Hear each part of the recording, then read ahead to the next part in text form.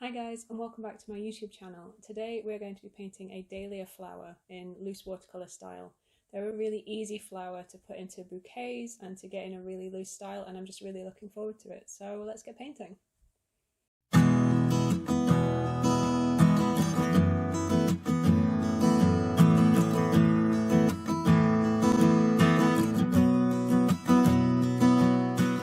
Alright then, let's get painting. So as usual, I have my Winsor & Newton professional watercolour paints in my palette. I have my Princeton Aqua Elite round brush in a size 6. I have Dahlia Rowney, the Langton Prestige paper. This is 100% cotton, cold press, and it's in a block, so it's glued down at the sides. And then I have my 2 water cups and my paper towel as well. Okay, so for a dahlia, we're going to do a nice big one in this paper and just then pull down a stem and some leaves so we get a kind of big floral architectural piece going on. So I'm going to be using some pinks and purples, but you can paint dahlia in basically any colour. They're available in so many colours and they're really beautiful flowers. So what I'm going to mix up is a kind of deep purple colour. So I'm using Dioxazine Purple here, and then I'm just going to add some touches of Opera Rose. So on its own, Opera Rose is kind of a fluorescent pinky colour, but it mixes up into other things really, really well. So I'm going to put those colours in here and make this kind of nice balanced colour in between them. Now, what I'm after for the very first petals is a really thick mixture with not too much water, so I'm just going to tap off some excess there, and then we are using the tip of our size 6 brushes, or you can use a smaller one if you are struggling to get it to a point. And we're going to create the first petals using a split stroke, so we're going to press down and pull up into a little petal and then do the same the other way to create our first petals, and we're just going to go around the same way. You can join the center or leave a little gap, and we're just going to create 2 strokes to pull around this first layer. Okay, we can drop some more color in there as well. We want them to be really dark. There we go. And then what I'm going to do is rinse off the brush and then maybe use a bit more pink in places and do the next layer, and we're going to do these petals in the joins between our first layer, and these are going to be a bit bigger and a bit wider, like that. When I've done a couple, I'll maybe switch and use a touch more purple, so they're not all the same colour. And it doesn't have to be perfectly in the middle of, it's just an approximation. Create some there. So you can see I'm changing up the colour, the size, the value as I'm painting. I'm just allowing them all to connect there. And then what I'm going to do is fill in this gap with a slightly lighter one. And basically go around just filling in a few little gaps that we've got. You can see that these are getting a lot bigger as they're coming out. Okay, and then we just keep that going, so maybe we add a bit more purpley colours over here because all of this is quite pink. And these are again a bit lighter, and just try and wedge them in between the 2 in the previous layer. And we're just going to build out from there. So I'm going to use a nice light one here. So what we're essentially doing is creating these in layers and just starting from the centre and building out. Make sure we're mixing up lots of colours. So I've got a lot of purple here, so I'm going to add a more pink one. Maybe the same over here as well. If you're finding the angles a bit difficult, you can keep turning your paper. I just don't want to mess with the video, otherwise I'll never get it back in the same place. So we'll put a few purpley ones in there. I really love these kind of colour combinations. They're such a nice mixture of the 2.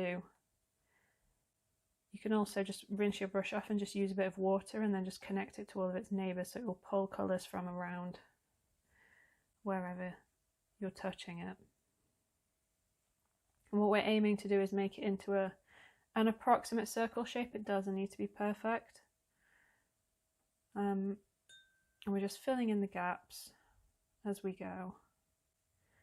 And the very outside petals can be a lot bigger and a lot looser. Get a bit of pink in there. You can also use smaller petals to fill gaps. If you've got a little one there, you can just pull a little baby one out.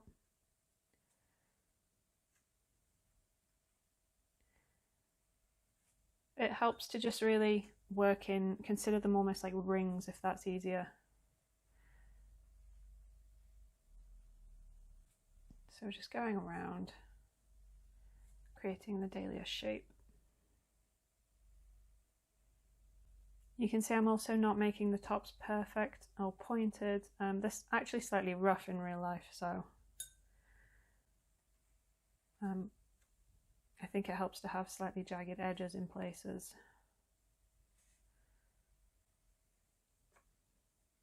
The only danger with painting with this technique is sometimes knowing when to stop.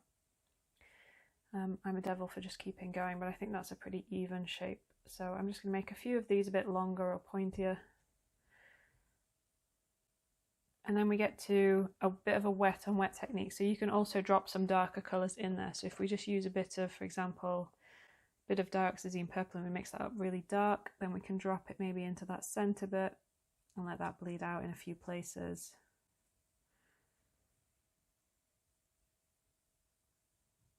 Maybe there as well.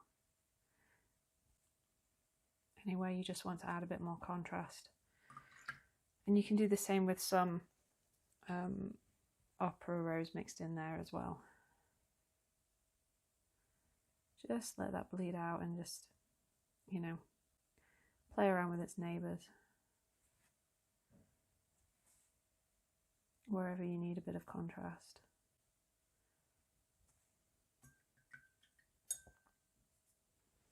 Then what we're going to do for the stem and leaves is look for a very bluey green, because this is very kind of bluey purple. We're going to complement that with the green that we're using. So I'll use a bit of Sap Green and then mix it into some Prussian Blue. So we've got a blue tone throughout, so they're not clashing. Oh, got a bit of a hair in there. So I'm going to add some Prussian Blue and we're going to make this nice bluey foresty green. So as always with our stems, we're working from the centre and then we're pulling out a stem that curves. You can touch it in there if you want it to bleed as well. And then we're going to do long leaves, long split stroke leaves, so they mirror the stroke that we've been using for the petals. So we press down and pull that around, and because this is quite a small brush, I'm going to do a second stroke to fill that in. And then an underneath layer with a bit more water. And then coming up so it's not symmetrical, we're going to come up from a different place and then do the same thing on the other side. You can use a few strokes to get this shape right if that's easier for you. It doesn't need to be perfect. The first time you can also use a bigger brush if you want to make this a bit easier. We're just going to pull that up to a point. You can see I've added a bit of blue to this mixture just to create some contrast and some difference. Connect it properly there and then bring that into the stem. So what we've got with this shape is that the leaves come up and almost frame the flower at the top. Now you can keep an eye on this as it's drying, and if there's anywhere that you're creating, you know, patches or bits that you don't like, you can always go back in and smooth that out. I can see a couple there. Maybe pick some of that out where it's a bit dark.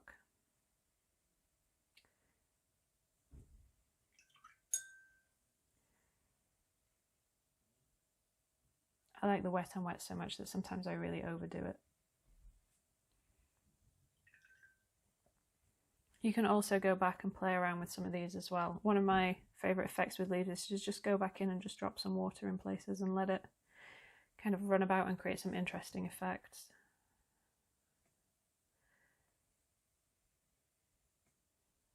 Just for a bit more texture.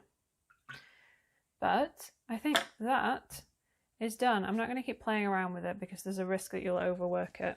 And it's such a simple flower. You can build these into, you know, bouquets, floral compositions, or create a whole kind of page of them in different colours and combinations. But that is how I painted Dahlia. Okay, and there it is, all finished. And it's a really nice style. I love how all of the colours are bleeding together. It looks really lovely. And the little water detail on the leaves is really nice as well. So I hope you enjoyed this video and this tutorial, and please subscribe and let me know in the comments what flower you want to see next. See you in the next one.